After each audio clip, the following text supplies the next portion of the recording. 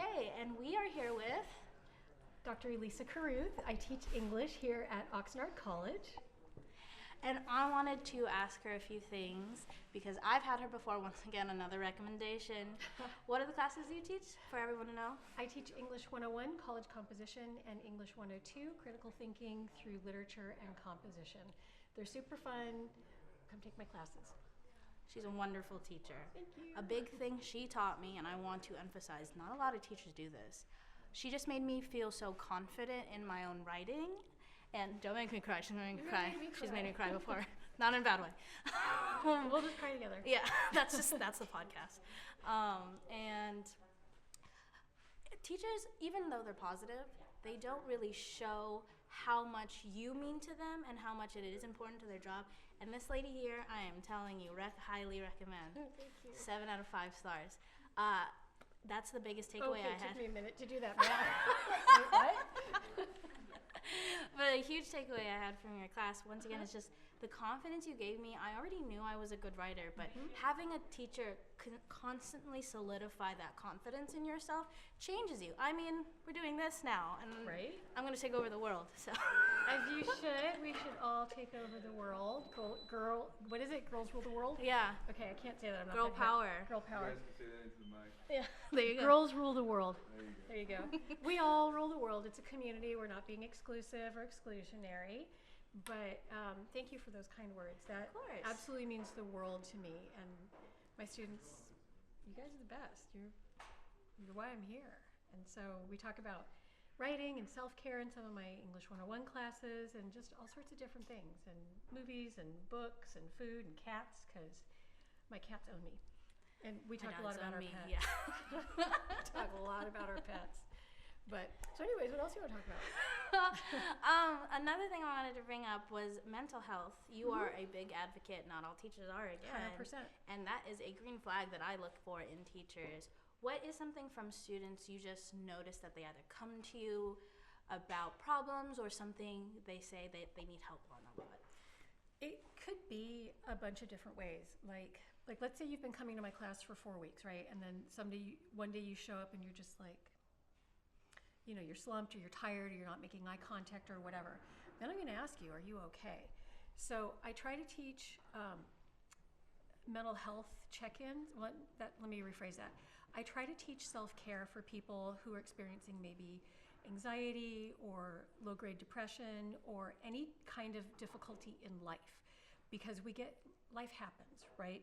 And we're in school and a lot is coming at us between school and work and life and the world outside. So sometimes it gets to be a bit much. So I try to work with my students to make sure that they're okay. During the pandemic, I started doing these mental health check-ins when we were 100% online because I couldn't see anybody. Like I literally couldn't see anybody. I'm sitting at my kitchen table and like by myself, right? So the only way I could get in touch with my students was by saying, how are you? So I do all sorts of different check-ins with my students to make sure they're okay. And I get everything from, I'm fine, I'm good, to I don't want to live anymore. And that concerns me because your well-being, your intellectual, your physical, your mental well-being are the most important things in your life. So if that happens, then I can immediately reach out to somebody on campus and say, this is what's happening. Of course, I'm going to reach out to my students as well. And I want them to know that my classes are a safe space. And I really hope that I communicate that it's a safe space. You can, be yourself in my class and talk to me. I'm not a trained mental health practitioner, but I know a lot of people on campus. I know people who are, because if we take care of ourselves first, then we can take care of each other, and then we can build a better, more loving, kind community, because that's where we live. And don't we all want to live in a loving, kind community? I don't mean to sound trite or anything like that, but please and thank you help. And making sure everybody feels good and safe and valued and heard. All of that helps. Yeah. So I hope I answered that question. Oh, you did. Okay, you great. did. Yeah, I'm not taking her this semester, but I still want to talk to her. Clearly, she's a great teacher. And boy, have I gone to her classroom just to let out all my steam because Lord have mercy. The college day gets so depressing sometimes and so upsetting, and it's nice to have a teacher you trust and feel safe with, that you can talk about your feelings, because as much, of course. Oh my gosh, you're going to make me cry.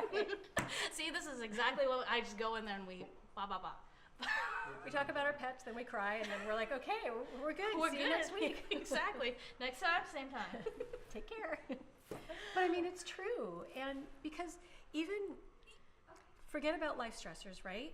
Like, school can be a lot. However many units you're taking, school, work, family, pets, kids, cousins, siblings, parents, elders, it can be a lot. And people need to be seen and heard and valued. So I make it a point of letting my students know that. And so it really validates me that I'm good. came across. Are you getting misty? I'm like trying to. So, I mean, I just want people to know that they're valued, because we don't always hear that. And that also ties into mental health, which ties into sleep and physical health, and then just basically how we do on a daily basis. So that's kind of where I'm coming from with that. Yes. So I hope I answered that. You did. She did wonderful. Okay. I just want to ask, because I know you want to bring up books. So, yes.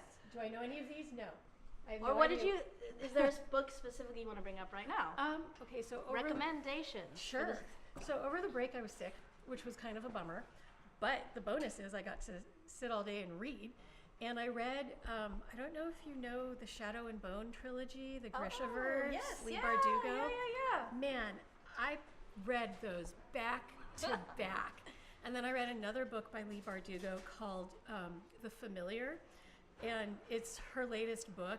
Oh my gosh. So all of her books have that magical realism, that like growth and self-discovery. So good.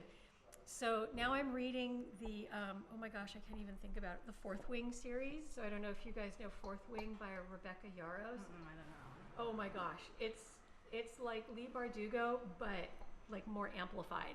And they're so good. They're, like 500 pages, but you sit down and you can't stop reading them. So that I'm kind of in like a young adult fantasy phase, like fantasy genre kind of phase. I think we all need a little fantasy. Oh my God, these days. So they're so good. But I have so many other books that I could talk about. And when Valita told me about this, I'm like, really? Maybe I could be a guest and I could tell you about like my book of the month or something. Yes. So here we are, and I'm reading the second book in the Fourth Wing trilogy. Don't ask me the title. I have no idea. It's on my Kindle. I just know it's the second book, and I'm like maybe 20% in, and all I want to do is sit and read it. But So anyway, any other books you want to know about, or TV shows, stuff like that? She's right here in the library. What is the number of your office? My office is LLR 126. I have my office hours posted. It's very easy to find me because I have a yellow and pink index card on my office. So if you go in and you see the reference desk and you just go straight back, that's where you'll see me. Oh, thank you.